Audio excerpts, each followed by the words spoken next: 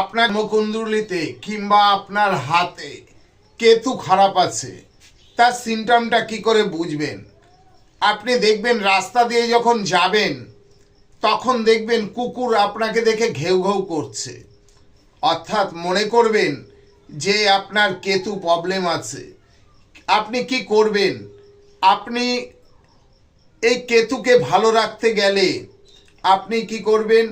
শনিবার সন্ধেবেলা দুধ আর রুটি কুকুরকে, সাদা লাল কুকুরকে দুধ আর রুটি খাওয়ান। মঙ্গলবারে আপনি একটু গুড় দিয়ে রুটি খাওয়ান। বুধবারে আপনি একটু শাক জাতীয় জিনিস দিয়ে রুটি খাওয়ান। শুক্রবারে একটু দই দিয়ে ভাত দেন।